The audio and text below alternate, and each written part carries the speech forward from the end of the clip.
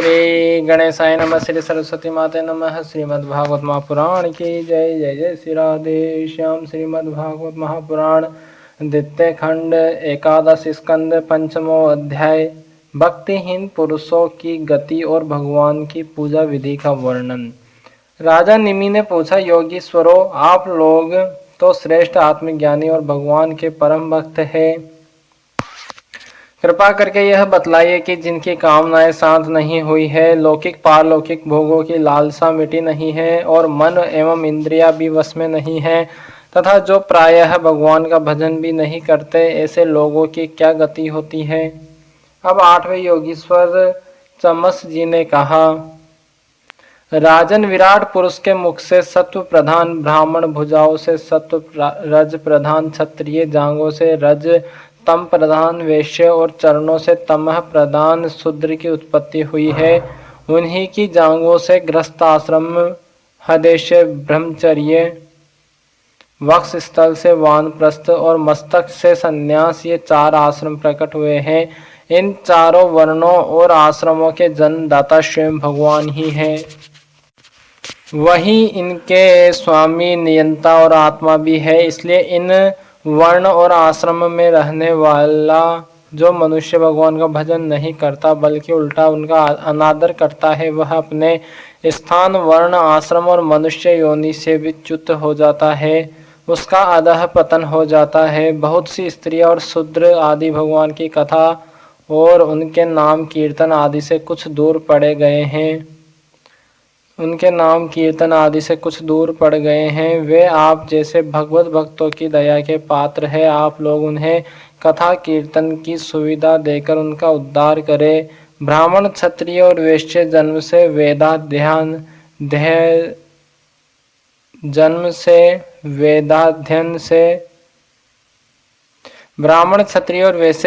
वेदाध्ययन से तथा यज्ञोपवीत आदि संस्कारों से भगवान के चरणों के निकट तक पहुंच चुके हैं। फिर भी वे वेदों का असली तात्पर्य न समझकर अर्थवाद में लगकर मोहित हो जाते हैं। उन्हें कर्म का रहस्य मालूम नहीं है। मूर्ख होने पर भी वे अपने को पंडित मानते हैं और अभिमान में अकड़े रहते हैं। वे मीठी मीठी बातों में भूल जाते हैं और केवल वस्तु सुनने, शब्द माधुरी के मोह में पड़कर चटकीली भड़कीली बातें कहा करते हैं। रजोगुण की अधिकता के कारण उनके संकल्प बड़े घोर होते हैं। कामनाओं की तो सीमा ही नहीं रहती। उनका क्रोध भी ऐसा होता है जैसे सांप का बनावट, और घमंड से उन्हें प्रेम होता है।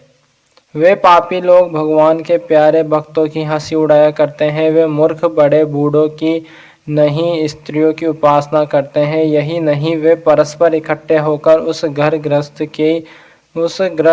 गृहस्थी के संबंध में ही बड़े बड़े मंसूबे बांधते हैं, जहाँ का सबसे बड़ा सुख स्त्री सहवास में ही सीमित है। वे यदि कभी यज्ञ भी करते हैं तो अन्न दान नहीं करते, विधि का उल्लंघन करते और दक्षिणा तक नहीं देते। वे कर्म का रहस्य न जानने वाले मूर्ख केवल अपनी जीव को संतुष्ट करने और पेट की भूख मिटाने, शरीर को पुष्ट करने के लिए बेचारे पशुओं की हत्या करते हैं।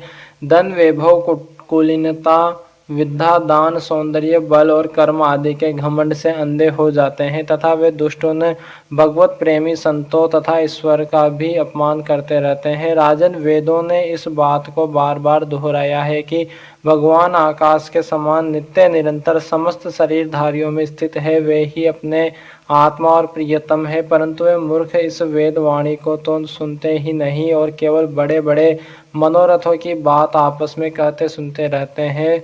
वेद विधि के रूप में ऐसे ही कर्मों के करने की आज्ञा देता है कि जिनमें मनुष्य की स्वाभाविक प्रवृत्ति नहीं होती।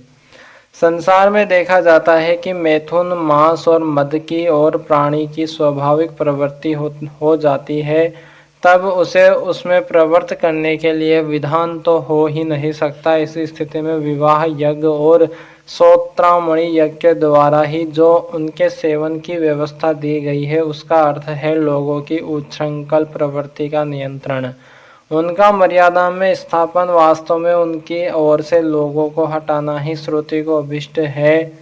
धन का एकमात्र फल है धर्म, क्योंकि धर्म से ही परम तत्व का ज्ञान और उसकी निष्ठा अपरोक्ष अनुभूति सिद्ध होती है और निष्ठा में ही परम शांति है। परंतु यह कितने खेद की बात है कि लोग उस धन का उपयोग घर गृहस्थी के स्वार्थों में या काम भोगों में ही करते हैं और यह नहीं देखते कि हमारा यह शरीर मृत्यु का शिकार है और वह मृत्यु किसी प्रकार भी टाली नहीं जा सकती। सोत्रामणि यज्ञ में भी सूरा को सूंघने का ही विधान है, पीने का नहीं। यज्ञ में पशु का आलंबन स्पर्श मात्र ही विहित है, हिंसा नहीं। इसी प्रकार अपनी धर्म पत्नी के साथ मैथुन की आज्ञा भी विषय भोगों के लिए नहीं, धार्मिक परंपरा की रक्षा के निमित्त संतान उत्पन्न करने के लिए ही दी गई है। परंतु जो लोग अर्थवाद के वचनों में फंसे हैं, विषयी है, वे अपने इस विशुद्ध धर्म को जानते ही नहीं। जो इस विशुद्ध धर्म को नहीं जानते वे घमंडी वास्तव में तो दुष्ट है, परंतु समझते हैं अपने को श्रेष्ठ। वे धोखे में पड़े हुए लोग पशुओं की हिंसा करते हैं और मरने के बाद वे पशु ही उन मारने वालों को खाते हैं। यह शरीर मृतक शरीर है, इसके संबंधी भी इसके साथ ही छूट जाते हैं। जो लोग इस शरीर से तो प्रेम की गांठ बांध लेते हैं और दूसरे शरीर में रहने वाले अपने ही आत्मा एवं सर्वशक्तिमान भगवान से द्वेष करते हैं, उन मूर्खों का अधःपतन निश्चित है। जिन लोगों ने आत्मज्ञान संपादन करके केवल मोक्ष नहीं प्राप्त किया है और जो पूरे पूरे मूड भी नहीं है, वे अधूरे न इधर के हैं और न उधर के। वे अर्थ धर्म काम इन तीनों पुरुषार्थों में फंसे रहते हैं, एक क्षण के लिए भी उन्हें शांति नहीं मिलती। वे अपने हाथों अपने पैरों में कुल्हाड़ी मार रहे हैं। ऐसे ही लोगों को आत्मघाती कहते हैं। अज्ञान को ही ज्ञान मानने वाले इन आत्मघातियों को भी कभी शांति नहीं मिलती। इनके कर्मों की परंपरा कभी शांत नहीं होती। काल भगवान सदा सर्वदा इनके मनोरथों पर पानी फेरते रहते हैं। इनके हृदय की जलन विषाद कभी मिटने का नहीं।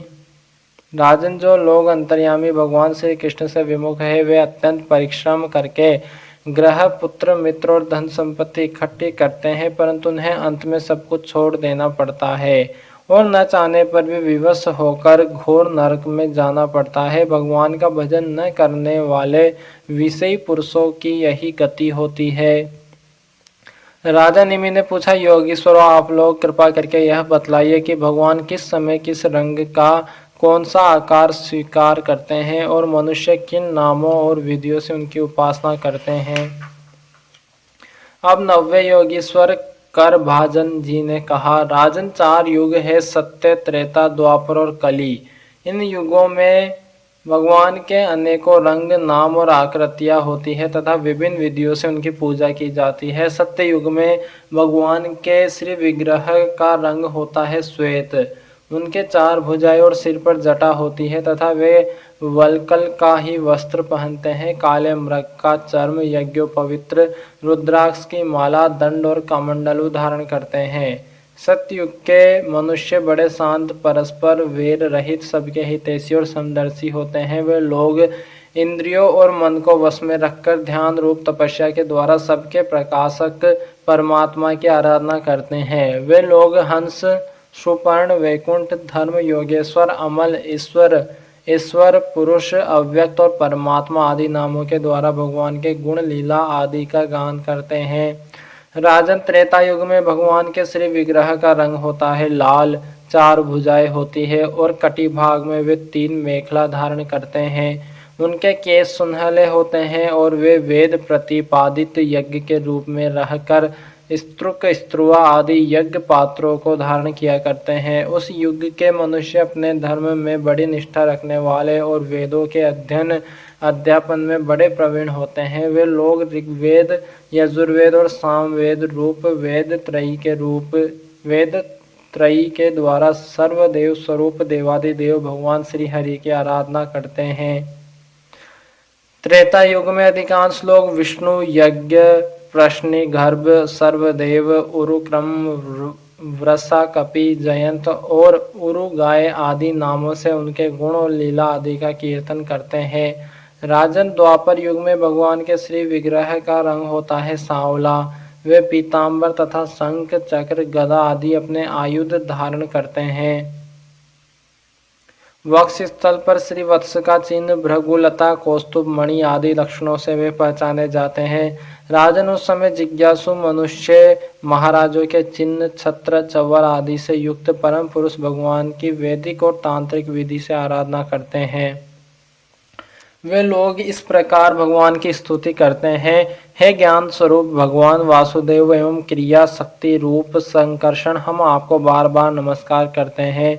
भगवान प्रद्युम्न और अनिरुद्ध के रूप में हम आपको नमस्कार करते हैं। ऋषि नारायण, महात्मा, नर, विश्वेश्वर, विश्वरूप और सर्वभूत आत्मा भगवान को हम नमस्कार करते हैं। राजन, द्वापर युग में इस प्रकार लोग जगदीश्वर भगवान की स्तुति करते हैं। अब कलयुग में अनेक तंत्रों की विधि विधान से भगवान की जैसी पूजा की जाती है उसका वर्णन सुनो।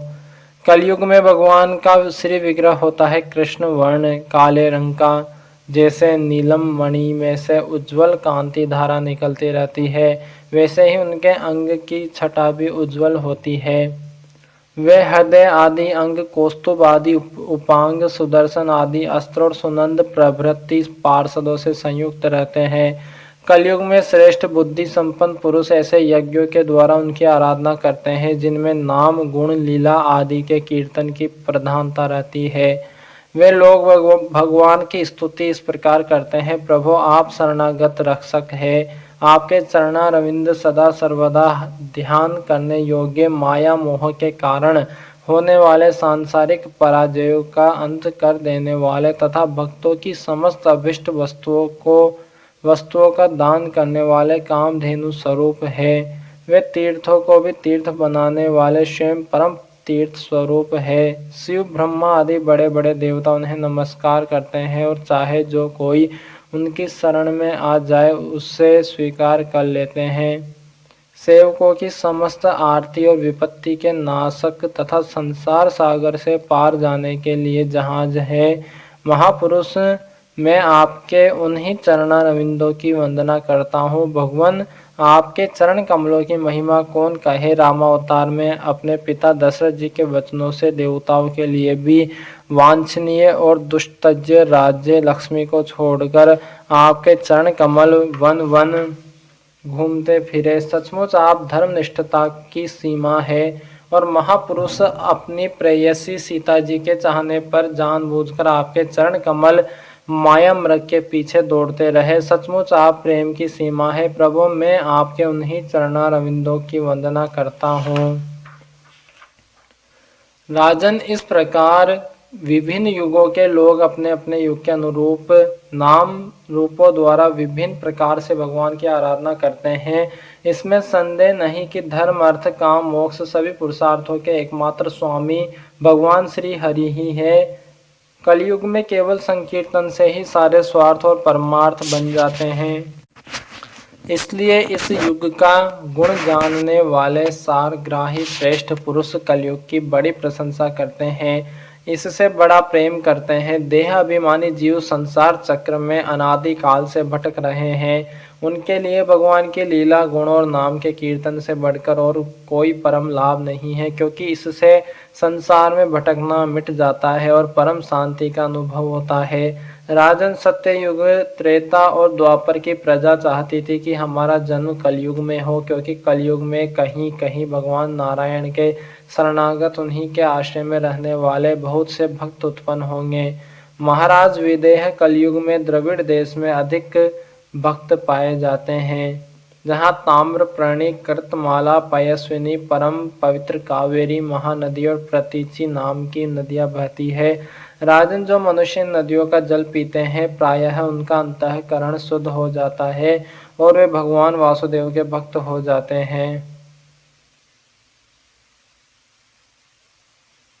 राजन, जो मनुष्य यह करना बाकी है वह करना आवश्यक है। इत्यादि कर्म वासनाओं का अथवा भेद बुद्धि का परित्याग करके सर्वात्म भाव से शरणागत वत्सल प्रेम के वरदानी भगवान मुकुंद की शरण में आ गया है, वह देवताओं, ऋषियों, पितरों, प्राणियों, कुटुंबियों और अतिथियों के ऋण से उऋण हो जाता है। वह किसी के अधीन, किसी का सेवक, किसी के बंधन में नहीं रहता।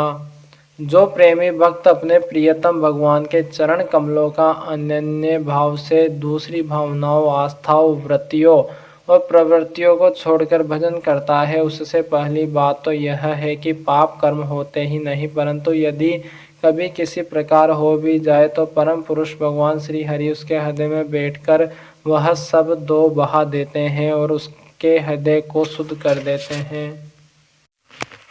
नारद जी कहते हैं, वसुदेव जी, मिथिला नरेश राजा निमित 9 योगीश्वरों में इस प्रकार भागवत धर्मों का वर्णन सुनकर बहुत ही आनंदित हुए। उन्होंने अपने ऋत्विज और आचार्यों के साथ ऋषभ नंदन 9 योगीश्वरों की पूजा की। इसके बाद सब लोगों के सामने ही वे सिद्ध अंतर्धान हो गए। विदेह राज निमि ने उनसे सुने हुए भागवत धर्मों का आचरण किया और परम गति प्राप्त की। महाभाग्यवान वसुदेव जी, मैंने तुम्हारे आगे जिन भागवत धर्मों का वर्णन किया है, तुम भी यदि श्रद्धा के साथ इनका आचरण करोगे तो अंत में सब आसक्तियां उसे छूटकर भगवान का परम पद प्राप्त कर लोगे। वसुदेव जी, तुम्हारे और देवकी के यश से तो सारा जगत भरपूर हो रहा है, क्योंकि सर्वशक्तिमान भगवान श्री कृष्ण तुम्हारे पुत्र के रूप में अवतीर्ण हुए हैं। तुम लोगों ने भगवान के दर्शन, आलिंगन तथा बातचीत करने एवं उन्हें सुलाने, बिठाने, खिलाने आदि के द्वारा वात्सल्य स्नेह करके अपना हृदय शुद्ध कर लिया है। तुम परम पवित्र हो गए हो। वसुदेव जी, शिशुपाल, पौंड्रक और साल्व आदि राजाओं ने तो वैर भाव से श्री कृष्ण की चाल ढाल, लीला विलास, चितवन, बोलन आदि का स्मरण किया था। वह भी नियम अनुसार नहीं सोते, बैठते, चलते फिरते। स्वाभाविक रूप से ही फिर भी उनकी चित्तवृत्ति श्री कृष्णाकार हो गई और वे सारूप्य मुक्ति के अधिकारी हुए। फिर जो लोग प्रेम भाव और अनुराग से श्री कृष्ण का चिंतन करते हैं, उन्हें श्री कृष्ण की प्राप्ति होने में कोई संदेह है क्या? वसुदेव जी, तुम श्री कृष्ण को केवल अपना पुत्र ही मत समझो। वे सर्वात्मा, सर्वेश्वर, कारणातीत और अविनाशी है। उन्होंने लीला के लिए मनुष्य रूप प्रकट करके अपना ऐश्वर्य छिपा रखा है। वे पृथ्वी के भारभूत राजवेशधारी असुरों का नाश और संतों की रक्षा करने के लिए तथा जीवों को परम शांति और मुक्ति देने के लिए ही अवतीर्ण हुए हैं, और इसी के लिए जगत में उनकी कीर्ति भी गाई जाती है। श्री सुखदेव जी कहते हैं, प्रिय परीक्षित, नारद जी के मुख से यह सब सुनकर परम भाग्यवान वसुदेव जी और परम भाग्यवती देवकी जी को बड़ा ही विस्मय हुआ। उनमें जो कुछ माया मोह अवशेष था, उसे उन्होंने तत्क्षण छोड़ दिया। राजन, यह इतिहास परम पवित्र है। जो एकाग्र चित्त से इसे धारण करता है, वह अपना सारा शोक मोह दूर करके ब्रह्म पद को प्राप्त होता है। श्री सीताराम भगवान की जय। श्री राधे श्याम जो सरकार की जय। हनुमान जी महाराज की जय। उमापति महादेव भगवान की जय। श्री लाडले जो सरकार की जय। श्री वृंदावन बिहारी लाल की जय। श्री सदगुरुदेव भगवान की जय। अपने अपने माता पिता की जय। गौ माता की जय। सनातन धर्म की जय। भूदेव ब्राह्मण की जय। भूदेव संतन की जय। विरक्त ब्राह्मण की जय। विरक्त संतन की जय। सभी पितरन की जय। श्रीमद् भागवत महापुराण की जय। श्री नारद जी महाराज की जय। श्री सुखदेव जी महाराज की जय। भक्त और भगवान की जय। सब ब्रजवासियों की जय। सभी गोपियों की जय। सब ग्वालों की जय। श्री विराट पुरुष भगवान की जय। श्री नर्मदा मैया की जय। श्री महानदी मैया की जय। श्री नारायण भगवान की जय। जय जय श्री राधे श्याम। सबको मिले श्री वृंदावन धाम। नमः पार्वती पतये। हर हर महादेव। इति श्री